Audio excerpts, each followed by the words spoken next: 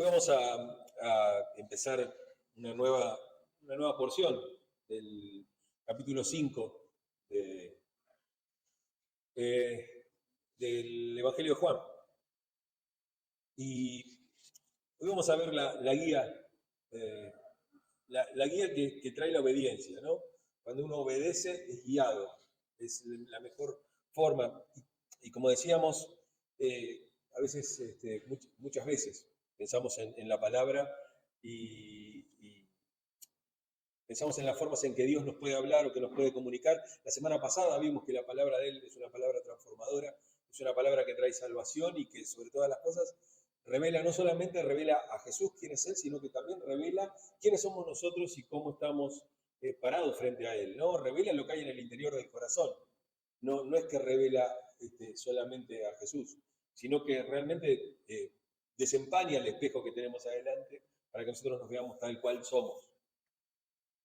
Y habíamos visto el capítulo 5, es un capítulo bastante largo, tiene 47 versículos, pero nosotros vimos paralítico, vimos su actitud, vimos la actitud de Jesús, vimos lo que pensaban los que estaban alrededor de él, vimos también después cómo Jesús tiene que ir a hablar con cierta gente, y ahora vamos a ver la última parte de todo eso, lo vamos a ver en 2 veces, pero hoy vamos a leer todo el texto completo, que es del 30. El 30 lo habíamos visto la semana pasada, pero otra vez lo vamos a usar como inicio, y vamos a ver hasta el versículo 47, porque precisamente tenemos que hablar de esto, de la guía del Espíritu Santo y de la voluntad, de cómo cuando uno hace la voluntad de Dios, Él nos guía. Y como cuando uno obedece, Él nos guía. Y siempre el otro día lo hablábamos con Claudio y Ale que estaban en casa, es el ayo, es lo que nos cuida, lo que nos guarda, ¿no? Es lo que nos marca el lugar. Y vamos a leer a partir del versículo 30 de Juan 5. Dice así la palabra de Dios: yo no puedo hacer nada por mi propia cuenta, juzgo solo según lo que oigo y mi juicio es justo. Pues no busco hacer mi propia voluntad, sino cumplir la voluntad del que me envió. Si yo testifico en mi favor, ese testimonio no es válido.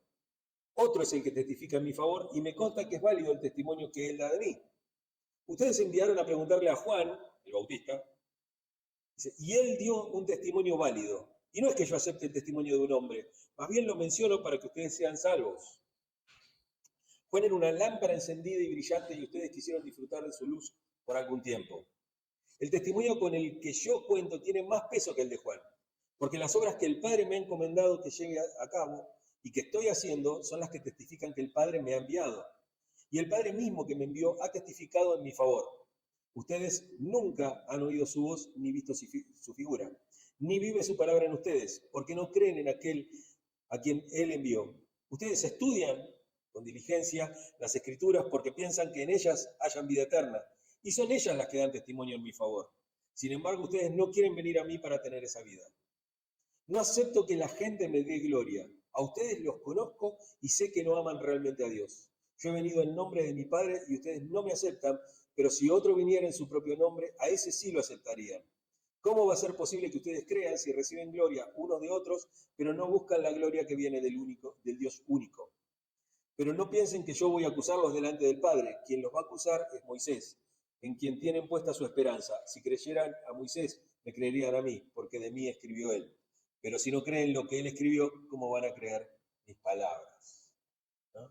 Es un texto bastante grande, lo vamos a ver en 2 veces, hoy vamos a ver del 30 al 38. Pero quiero que veamos algo acá en los textos, en estos textos que están acá. Lo primero es en el versículo, ustedes estudian ahí en el versículo 39. El versículo 39 dice: ustedes estudian con diligencia las Escrituras. Pero la mejor traducción sería: ustedes estudien las Escrituras. ¿Mm? Ustedes estudian. Y después hay otros textos que pueden tener alguna... en el versículo 42, dicen: a ustedes los conozco y sé que no aman realmente a Dios. Literalmente ese texto sería, no tienen el amor de Dios en sí mismos, carecen del amor de Dios. No es solamente que no aman a Dios, sino que no tienen el amor de Dios en ustedes. Y también hay otro texto que es, ahí cuando termina el 44, no buscan la gloria que viene del Dios único, puede ser el único Dios también, ¿no? O del único también hay otras. Y como les digo, lo vamos a ver en 2 veces, en dos semanas, esta semana y la próxima. Lo que vamos a ver hoy es del versículo 30 al 38, y es la voluntad que guía, obedecer para discernir. ¿No? Hablamos de varias cosas, vamos a hablar de voluntad, de guía y de obediencia y de discernimiento. 4 cosas súper importantes en la vida de un cristiano. Y la semana que viene vamos a ver la gloria equivocada, cuando la religión impide ver a Cristo, y vamos a ver el resto del pasaje del 39 al 47. Y digo, en este mundo que estamos, que es un mundo que está saturado de opiniones, ¿no? Porque antes uno sabía que alguien opinaba sobre algo y bueno, opinaba esa persona y eso quedaba acá. Pero hoy las opiniones, vieron que la gente mira videos o mira reels o mira shorts o mira lo que sea de TikTok, lo que sea, y enseguida opina. La gente opina de todo. ¿Y pero qué venís a hablar vos? Que, ¿viste? O tiene una opinión distinta. Bueno, estamos en ese mundo, decisiones rápidas. Las decisiones hay que tomarlas ya. Ya. Hay que tomarlas muy, pero muy rápido, porque como todo está viralizado, ¿viste? Es muy rápido. Y la tecnología se maneja a la velocidad de la luz. Tenemos fibras ópticas, entonces todo se maneja a la velocidad de la luz. Estamos en eso. Estamos en que las cosas aparecen en un lugar y automáticamente están en otro. Vemos cosas que antes no veíamos, entonces hay que tomar decisiones rápidas. Hay muchos caminos para tomar. Uno, si quiere comprar un par de zapatillas, y hay 700 colores, variaciones y todo para comprar. Si uno dice, dale, ¿viste? Te empiezan a preguntar cada vez más, todo se va abriendo, cada vez es más difícil tomar decisiones. Y así pasa también con la religión o con la espiritualidad. Cada vez hay más espiritualidad. Si bien yo tengo esa consigna o ese pensamiento de que, bueno, hay tantas espiritualidades como personas hay. ¿No es cierto? Hay formas de espiritualidad, pero el tema de las organizaciones o religiones, no sabe para dónde ir. Ayer estuve reunido en una mesa que armábamos ahí, no era una mesa de debate, ni una mesa de compañerismo, donde comimos unas cosas bastante ricas, bastante no, muy ricas, porque las chicas de la casa de la mujer hicieron unas cosas riquísimas. La casa de la mujer de la cooperativa, ¿no? de la agrupación de frente, y estábamos ahí, vino Ana y Anita Cariaga, que son la hija y nieta de Esther Cariaga, ¿no es cierto? Desaparecida, fundadora de Madre de Plaza de Mayo, quien había recuperado a Ana, ¿no es cierto? Ana había desaparecido, estuvo, no me acuerdo cuál era el centro donde estuvo, logró salir, la liberaron, qué sé yo, pero al tiempo desapareció Esther. Y Esther nunca más volvió a aparecer, ¿no? Aún hoy está desaparecida. Y fundadora de las Madres de Plaza de Mayo. Vieron que ahora hay muchas peleas ahí en el medio sobre quién la fundó. Bueno, vieron que estaba Eve, que tenía sus cositas, y también está Nora Cortiñas y ella, que eran las líneas fundadoras. Eran incluso más pacificadoras. Ayer hablábamos de esas cosas, ¿no? De cómo uno a veces tiene que ser pacífico y a veces no ser tan contestatario, y uno tiene que poner un poco de paz en medio de tanta violencia.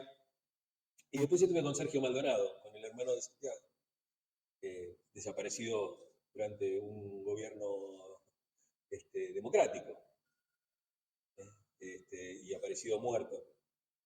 Bueno, y estuvimos charlando, tuvimos unas charlas muy lindas. Y hablábamos de esto, ¿no? Porque me preguntaban, bueno, ¿y cómo es el tema de la gente que hay? ¿Más evangélicos, más católicos, Ah, le digo, lo que pasa es que es medio difícil de contar. Porque hay tantas iglesias. Digo, hay tantas iglesias. Hay una iglesia al lado de la otra. Y a veces uno piensa si no estaría bueno que sea más regulada la cosa, ¿no? Pero dice, pero ¿cómo es? Dice, ustedes tienen celibato, me preguntaba alguien, ¿no? Que trabajaba más que nada con misioneros de Francisco. Le digo, no es que uno es célibe. Le digo, lejos están los pastores de ser célibes, le digo, pero no, tienen familia, todo. Ojo, yo lo pienso a veces que si alguno quiere meterse en el ministerio a fondo, en una cosa y tendría que ver si puede ser célibe.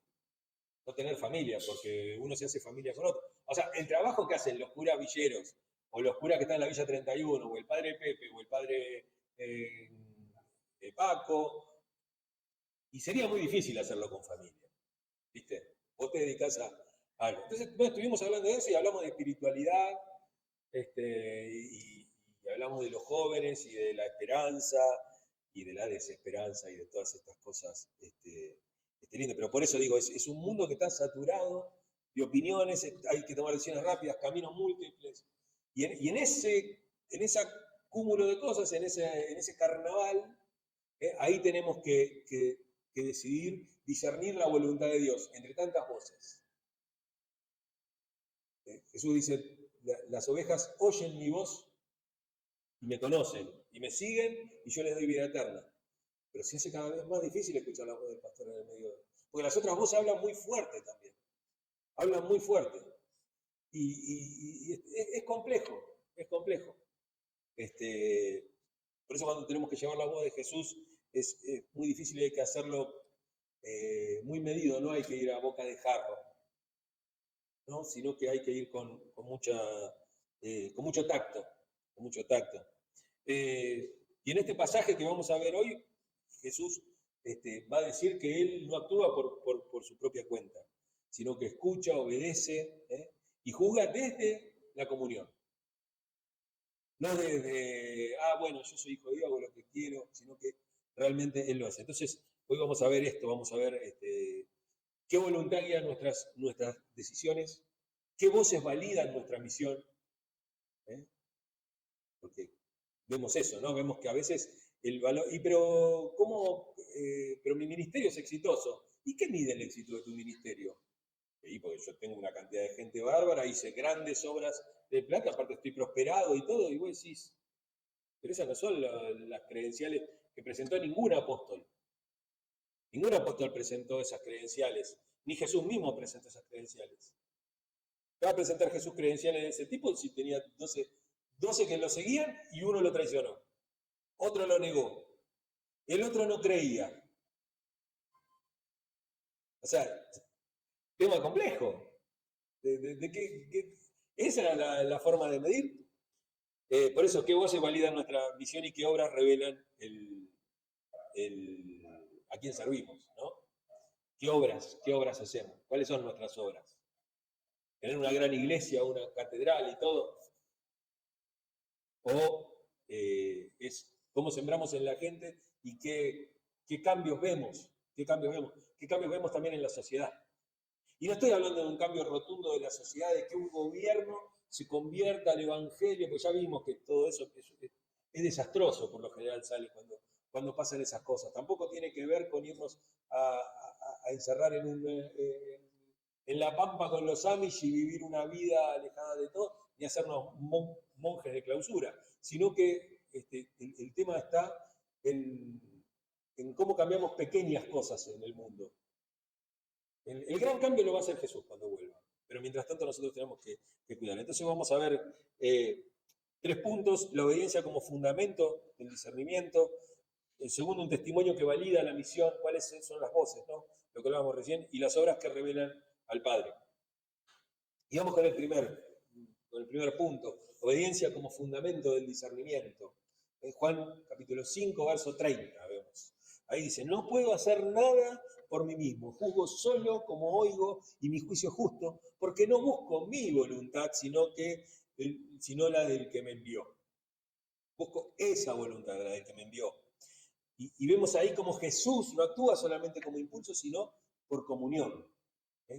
por cómo él se relaciona con el Padre, no por un impulso, ni siquiera por lo que sabe, ni siquiera por lo que él sabe como hombre, sino por su relación con Dios, por su comunión por Dios. Podemos hacer miles de posgrados en teología, podemos ser grandes estudiosos, podemos, el viernes, cuando nos juntaba con Ali y Claudio, fue re lindo porque ya hace mucho que no tenía ese tipo de charlas. Ese tipo de charlas las tenía en el seminario, y era la mesa llena de Biblias de distintas versiones, de la versión en griego y todo, y leerlas y ver, a ver qué dice acá, y esto y el otro, y empezar a buscar el sentido a distintas palabras para poder buscar la forma. Y hablando sobre la palabra, bárbaro, excelente, buenísimo, pero yo no puedo actuar por eso. Yo no puedo actuar porque puedo leer un texto en griego, puedo interpretar un texto de una manera increíble porque hice muchos niveles de hermenéutica. Yo no puedo actuar por eso, yo tengo que actuar por comunión, porque yo no tengo que abrirme paso. Yo tengo que seguir los pasos por el camino que Él abre. Yo tengo que estar en siempre lo digo, ¿viste? Yo no creo, realmente no lo creo. No lo creo, no. Y si a alguno le funciona, bueno, bárbaro, no sé, está bien. Pero esta cosa de que oremos hasta que algo pase, no lo creo. No lo creo en el sentido en que muchos lo dicen. Porque oremos hasta que algo pase, porque Dios algo va a hacer. Entonces vamos a orar hasta que Dios pase, para que algo pase. Y yo creo que lo que tiene que pasar en todo caso es que nuestra voluntad se tuerza. Que nuestra voluntad se alinee con la voluntad de Dios cuando nosotros oremos. Oremos hasta que realmente nos demos cuenta de que Dios tiene un plan y que nosotros tenemos que estar de acuerdo a ese plan. Entonces es por comunión, no por lo que yo sé. No es por lo que yo conozco, no es por lo que yo oigo, sino es por una comunión profunda con Dios.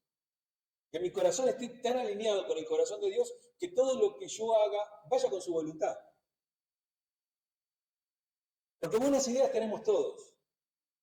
Pero tenemos que apartar las buenas ideas de la voluntad de Dios.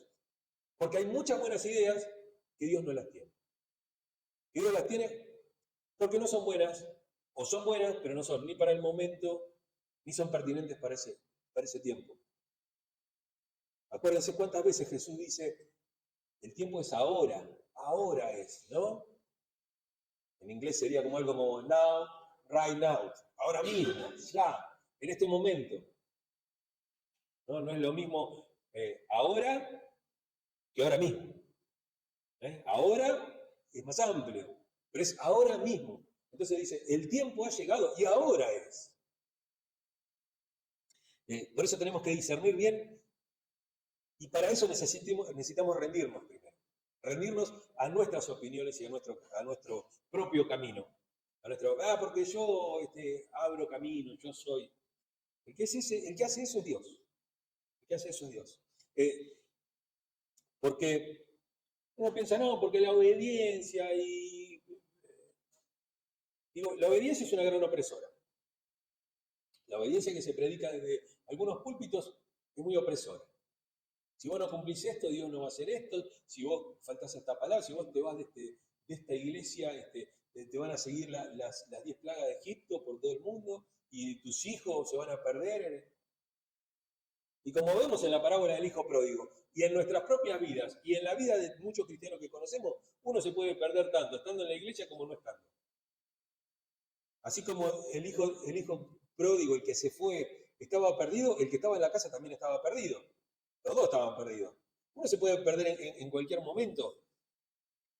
Pero ahora hay un tema con la obediencia, pero es una obediencia a Dios, no una obediencia al pastor, a las reglas de la iglesia, al dogma, no.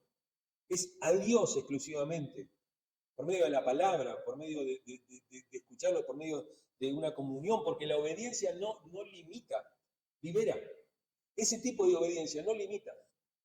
Es muy difícil cuando te agarran, te dan un cargo. A mí me pasó. Te dan un cargo en algún lado, sea en una iglesia, sea en un trabajo, sea en lo que sea. Bueno, ¿cómo hago? Vos manejalo. No tenés límites. Vos manejalo, no tenés límites. Pero ¿qué pasa cuando algo tuyo va en contra de lo que quiere la empresa, manejalo. No, no es así. Digo, cuando te dicen, mira, dentro de estos límites, estos son los límites. Vos mantenete dentro de esto. Dentro de esto sé como mejor te parezca. Todo lo que te venga a la mano, úsalo. Ahí sí uno puede hacer cosas. Puede hacer cosas, porque sabe que no va a ir a hacer lío en otro lado. Y por eso Jesús no se ve restringido. Él no se ve restringido. Para él, esa obediencia que él tiene con el Padre, esa comunión que él tiene con el Padre, le ofrece unos límites, y esos límites le dan seguridad a Jesús. Porque él está guiado por el propósito eterno. Él no puede salirse del propósito eterno. Él no puede decir, bueno, yo ahora voy a salvar a todos. Ahora sano a todos. Ahora sano. No queda una sola persona en la tierra que tenga una enfermedad. Bueno, todos sanos. Vamos a resucitar todos los muertos. No, es a este, como le dijeron, ¿quién pecó para que este sea ciego de nacimiento? ¿Él o sus padres? Y le dijo, no, él nació ciego para que la gloria de Dios sea manifestada en él. Pero la de ese ciego, la de otro a lo mejor no. Y por eso digo, nuestra obediencia nos está formando o nos está frenando. Bueno, lo que pasa es que no, tiene muchas reglas esto y entonces no puedo hacer nada. O puedo ser liberado. Ser liberado, como dice, ayer justo lo nombraba, el libro de Juan Luis II, el dogma que libera. Hay un dogma, hay una creencia, hay una doctrina que me hace libre. Es la doctrina de la obediencia, para que la voluntad del Padre sea realmente el eje de la misión. La voluntad del Padre es el eje de la misión. No hay en Jesús ninguna equivocación, pero no por Jesús hombre, sino por la alineación que tiene con el Padre. Porque están tan en eje, es la mayor representación de la obediencia a Jesús. Y fue obediente hasta la muerte de cruz.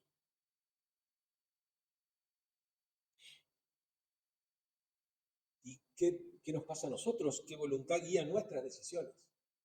¿Qué voluntad guía nuestras decisiones? ¿Son nuestras propias decisiones o buscamos la guía de Dios para ejercer ciertas cosas? Ciertas cosas.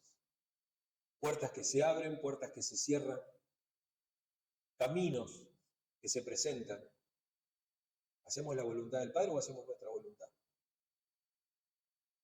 Dice el comentario bíblico con la aplicación de NBI, Editorial Vida, el pastor Gary Burke dice, la obediencia no es pérdida de libertad, es el camino hacia la claridad espiritual.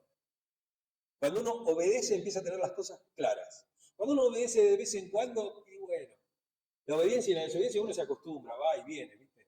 Pero cuando uno siempre obedece, uno, como veíamos recién, ¿no? Si realmente esa obediencia nos está formando, si la obediencia nos está formando. Y si en esa obediencia nosotros podemos ver el testimonio que valida la misión. ¿Qué da testimonio de nosotros? Versículos 31, hasta ahí en el 31 y 35, yo agarré 2 párrafos nada más de ahí. Dice, si yo doy testimonio de mí mismo, mi testimonio no es válido. ¿Viste? Dios me dijo. Mi testimonio es mío. Dios me dijo. Lo charlábamos, bueno, miren qué buena charla que tuvimos, que tengo tantas cosas que me quedaron de eso. Pensábamos ¿en qué momento cambia los apóstoles del echar suerte para elegir un apóstol, como pasó con el caso de Matías, ¿no es cierto? Que otro ocupe el lugar de Judas para que el lugar no quede vacío, qué sé yo, y echan suertes, ¿no? Como el Turín y el Purín del Antiguo Testamento, que hacían, eran los dados, ¿viste? Era algo así. Y ellos confiaban en que Dios actuaba de esa manera. Pero varios versículos más adelante, creo que era el versículo, capítulo 13 de Hechos, uno ve que cuando oran para ver a qué misionero mandar, a quién hacer salir para enviar a otro lado el mensaje de la buena nueva, ellos oran. Y todos estuvieron de acuerdo en que se enviara tal o cual misionero a tal o cual lugar. Ya vemos que no hay suertes y que tampoco es una sola persona la que toma la decisión, que es una decisión en conjunto y que Dios les habla a todos. Y todos obedecen a esa palabra.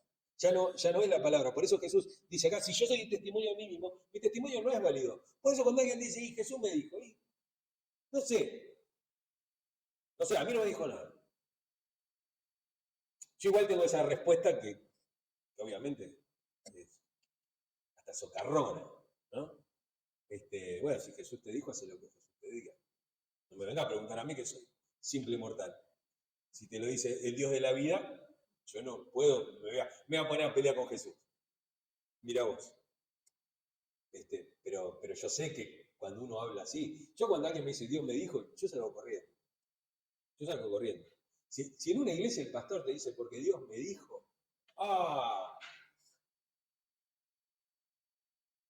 que no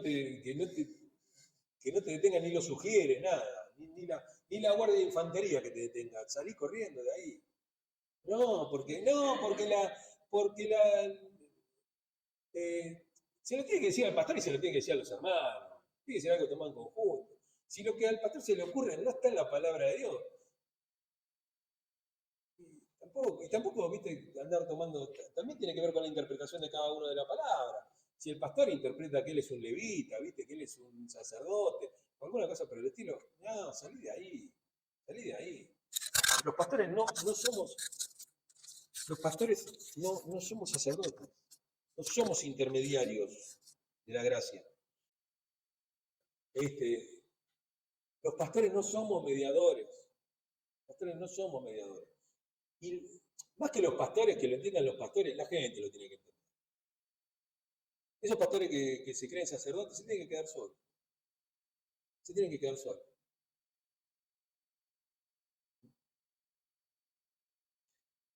Dice, Juan dio testimonio de la verdad.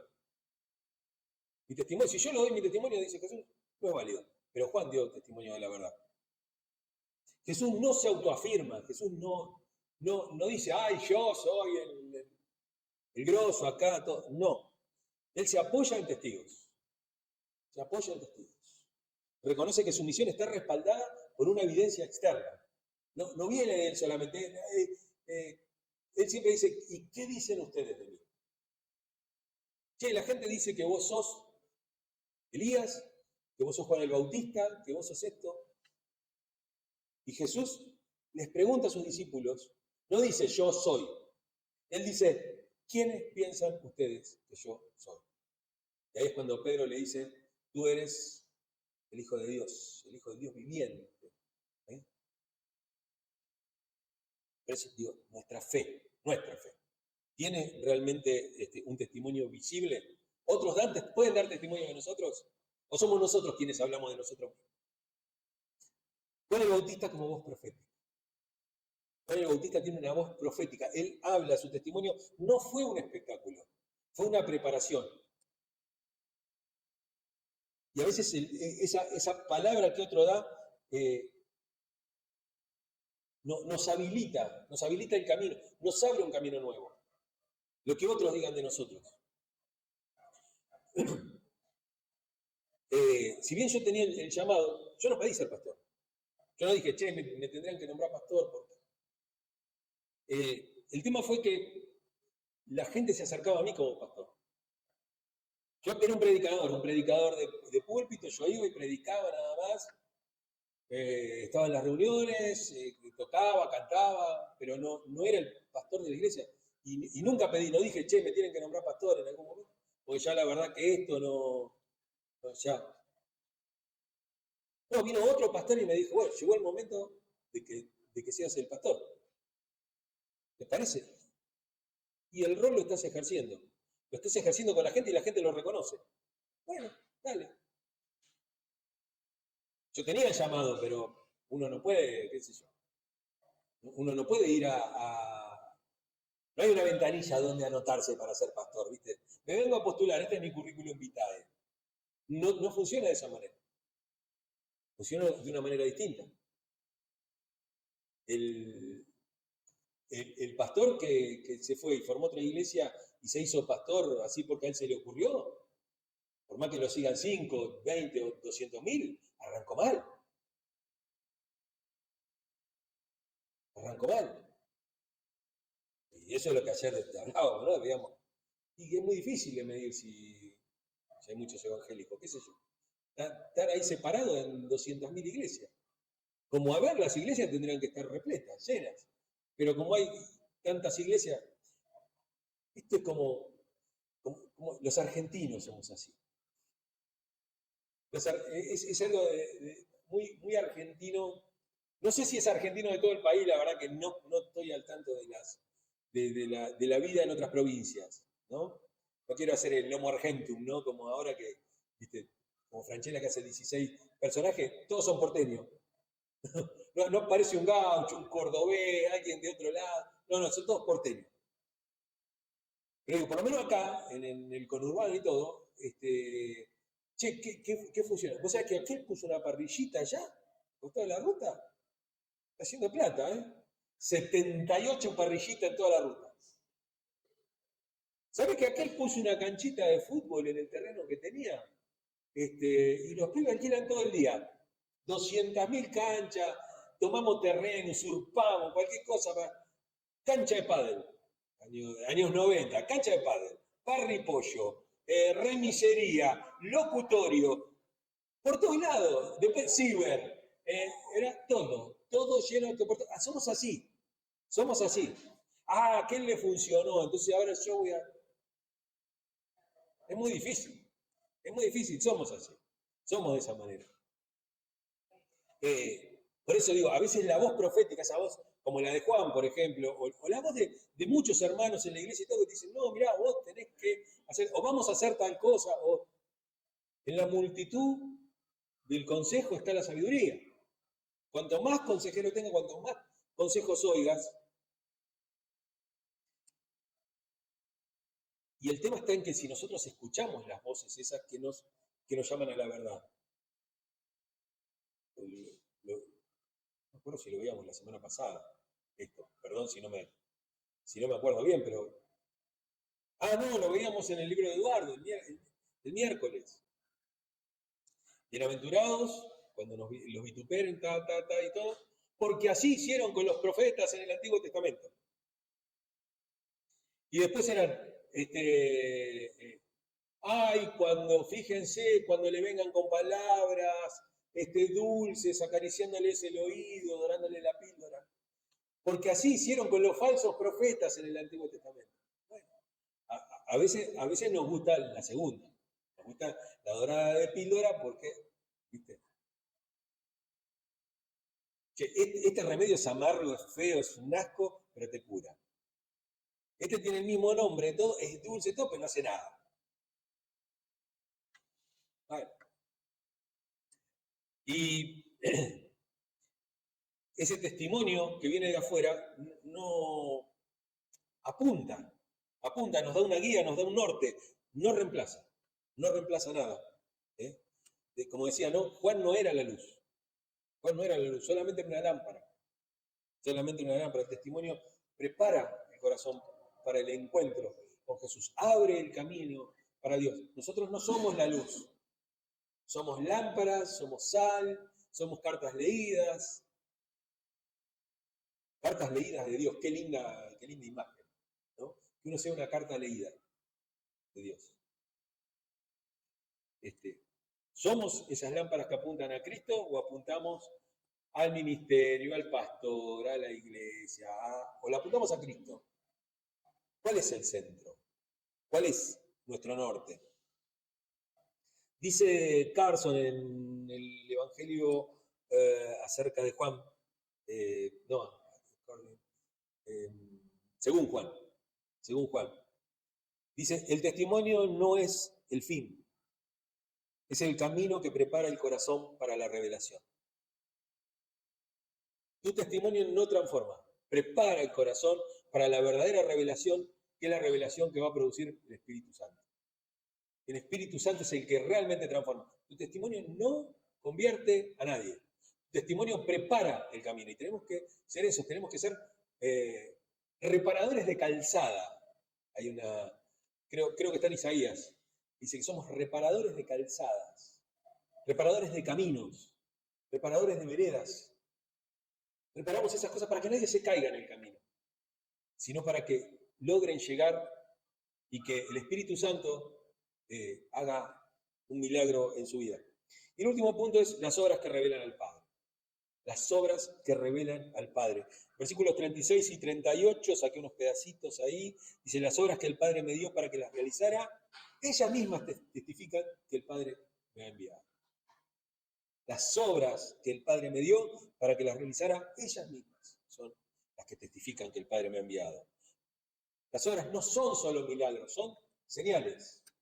Jesús no hizo ningún milagro para mostrar el poder. Che, mirá lo que puedo hacer, mirá lo que me sale, y hacía malabares, ¿viste? No, no es de esa manera. Mirá cómo brillo, mirá cómo me transfiguro, mirá cómo le doy vista a un ciego, ¿viste? Y somos una onda David Copperfield, el tipo, mirá cómo vuelo, mirá cómo camino sobre el agua.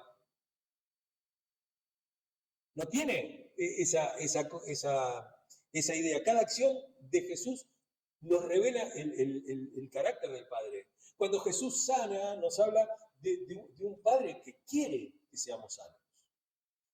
Cuando Jesús multiplica los panes, los peces, cuando multiplica la comida, cuando convierte el agua en vino, cuando hace todas esas cosas, con milagros de provisión, son milagros que muestran que Dios es un Dios, como me gusta decir a mí, un Dios pródigo, que da manos llenas, que es un Dios que siempre está dando. Cuando Jesús sana a un ciego, es Dios es Dios que quiere que veamos, quiere que nuestra vista sea clarificada para que podamos ver bien las cosas.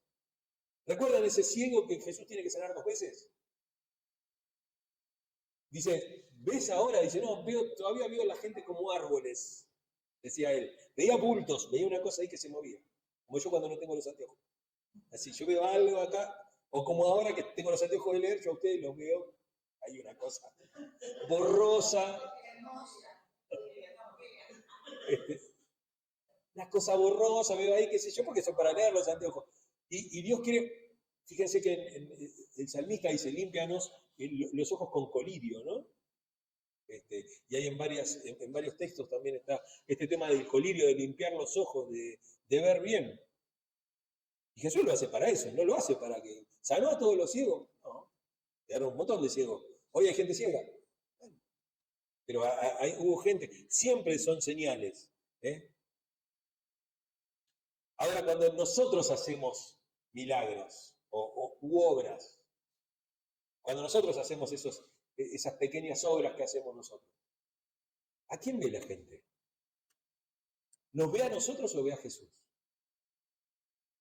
¿A quién señalamos? ¿Señalamos a Jesús? ¿Señala a quién servimos? O dicen simplemente, nada, este tipo es bueno, es un buen tipo. Sergio es un capo.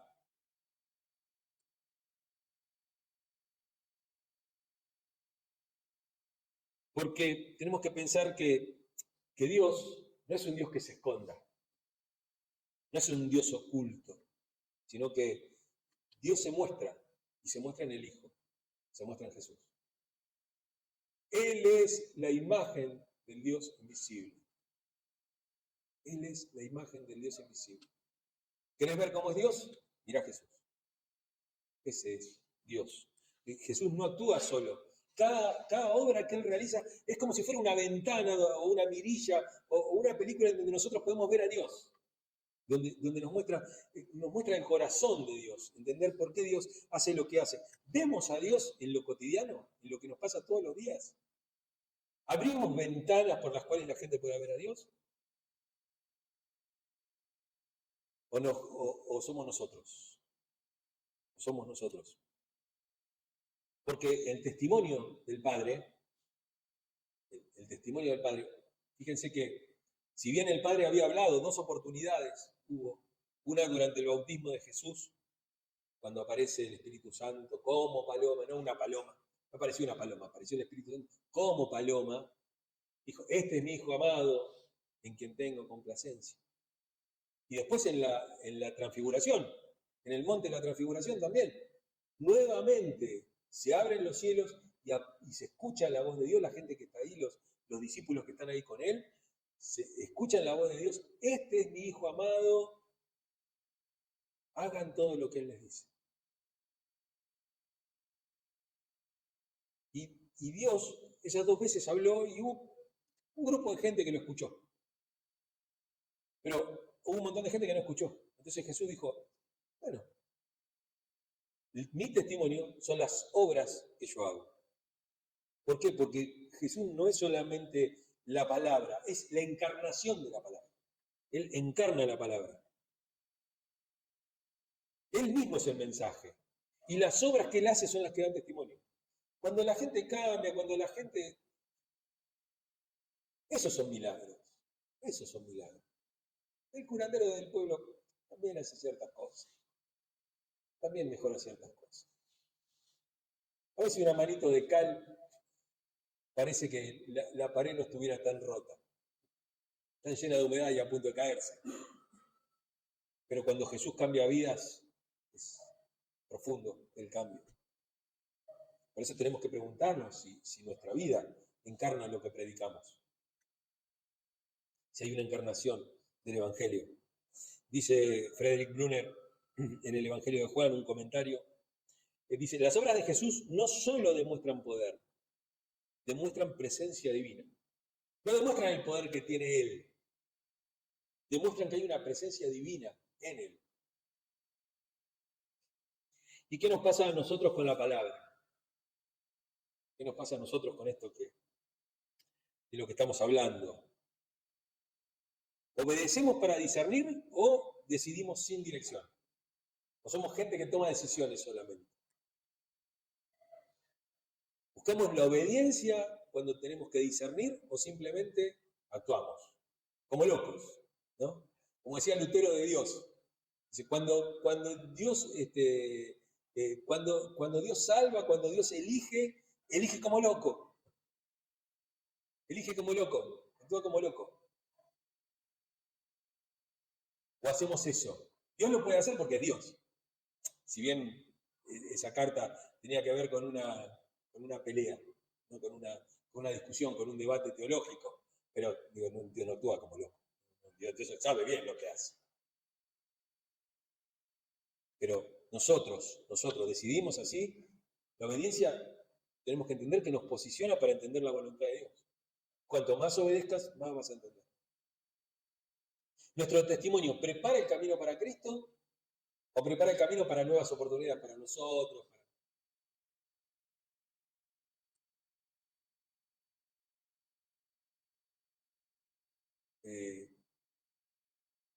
Hoy a la mañana estaba escuchando a Marcos Vidal, una prédica que tenía sobre, la de hoy a la mañana, en vivo, estaba mirando. Y él hablaba de las riquezas y de todo. Lo importante que es aprender a decir basta, hasta acá, ya está. ¿Para qué quiero más? Entender eso, ¿no? Entender que uno no tiene que... Esa cosa. Por eso digo, cuando preparamos el camino, nuestro testimonio, prepara el camino para Cristo, simplemente siempre andamos atrás de una oportunidad de hacer más o de tener más. ¿No? Pensaba en eso. Pensaba cuándo uno tiene que decir, basta. Porque precisamente eso es lo que nos está llevando a destruir la Tierra, a destruir nuestro planeta, el querer cada vez más. Y uno de acá no lo entiende, no lo comprende, ¿no? Uno a lo mejor tiene lo justo y necesario, pero no entiende, pero ¿para qué quiere más? Si con lo que tiene viven sus nietos, bisnietos, no importa. Quien ama el dinero, de dinero no se sacia, ¿cierto? Y por eso tenemos que preparar el camino de Dios y pensar también, no solamente en nuestras cosas, no solamente en esto, sino en que el Evangelio es parte de nuestra vida, es nuestro camino, es nuestro lugar. Todo lo demás es importante, el trabajo es importante, la familia es importante, los amigos son importantes y todo, pero el Evangelio debe atravesar todo. Debe atravesar toda nuestra vida, y eso no quiere decir que sea uno religioso, que vayamos diciendo aleluya, amén, gloria por la calle, o hermano, aleluya, gloria, todas esas cosas raras que... No, tiene que ver con, realmente me preocupa, realmente estoy metido, realmente digo, che, el Evangelio está siendo predicado, porque en definitiva no estamos llamados a ser los protagonistas de la historia, somos llamados a ser lámparas. Y nuestras obras revelan al Padre o solo a nosotros mismos, ¿no? Lo que hablamos. ¿Es para nosotros la gloria, nos gloriamos en nosotros mismos, o es para el Padre? La vida cristiana no se mide por actividad, se mide por cantidad de actividades, sino por revelación. ¿Cuánto de mi caminar revela realmente a Dios? ¿Y cuántas cosas no lo revela? Tener reuniones de iglesia todos los días, una cosa para una cosa. ¿Revelan a Dios esas cosas? ¿Realmente revelan a Dios? O a veces estar tan metido en las obras de Dios nos impide hacer las verdaderas obras de Dios. Estar en otros lugares con otra gente, de pasar tiempo, ¿no? Un equilibrio. Todo tiene que tener equilibrio, todo tiene que ser equilibrado. Como último les dejo esto, de Henry Nouwen en el libro Discernimiento, dice, la voluntad de Dios no se descubre en el ruido, sino en la obediencia silenciosa. ¿Vieron cuando dicen, no, porque vos no sabés lo que la iglesia, la gloria, la shequina de Dios cae, y el cabot, y te hablan todo así, que son todos hebreos, ¿no? El cabot de Dios cae sobre ahí, y entonces ministramos y entramos ahí y no sabes, salimos todos sabiendo la voluntad de Dios. ¿En serio? ¿En serio? Cuando Jesús quería escuchar la voz de Dios, se apartaba e iba a orar. Solo. Yo digo, estaría ahí orando todo, Padre nuestro que estás en el cielo, todas las oraciones que sabía, o a lo mejor estaba callado, o a lo mejor estaba ordenando sus propias ideas. Necesitamos esos tiempos de meditación, necesitamos esos tiempos de cosas. Y no por estar todos los días en estas cosas que no son de Dios, de verdad no son de Dios. Y mal que me pese, ¿viste? ¿Qué sé yo? Como dije hace un tiempo, yo muero en la mía. ¿Qué tengo que transar con los demás para que los demás escuchen cosas lindas y que yo así me inviten? No importa. Muero en la mía, muero en la de Dios, muero con Él. Si yo pienso estas cosas, las digo. Si yo creo que son verdad. Y yo no estoy dando ningún ejemplo que tenga que ver con algo que no puedan verificar. El Evangelio a Jesús se lo muestra todas las veces que tiene que tomar decisiones difíciles, se aparta a orar. Se aparta a orar. No va a una campaña, no va a una reunión de matrimonio, no va a una reunión de oración, ni a una oración de milagros y de cosas, y que venga, no, porque va a venir el profeta, no sé cuánto, No se junta ahí. No le dedica una reunión. Alguien me dijo, no, porque lo que pasa es que, mira, esta reunión se la vamos a dedicar a tal. Yo pensé que las reuniones se las dedicábamos a Dios. Yo pensé que el centro de la reunión debería ser Jesús. Pensé que nos reuníamos alrededor del fuego de la palabra. Esa palabra que nos machaca, que nos sabe, que es más cortante que espada de dos filos y que atraviesa los pensamientos, las intenciones y que nos revela lo que realmente somos. ¿Estamos siendo obedientes a eso? ¿O somos obedientes al pastor, al apóstol, patriarca, cuarta persona de la Trinidad? Después lo más lindo que no recibe, dice, ay no, porque eso de la identidad de género, porque se perciben de una manera y entonces no. Y bueno, flaco, hace años que vos te venís percibiendo apóstol, profeta, cuarta persona de la Trinidad, departamento de cuatro ambientes. No sé cómo te percibís. Ay, pastores, quédense pastores nada más. Quédense pastores y tengan olor a oveja. Y sepan darle de comer. Sepan buscar buenos pastos. Buenos pastos. Miren que hay mucho pasto acá, ¿eh? En la palabra de Dios hay mucho, pero mucho pasto. Buen alimento. Buen alimento. ¿A ver?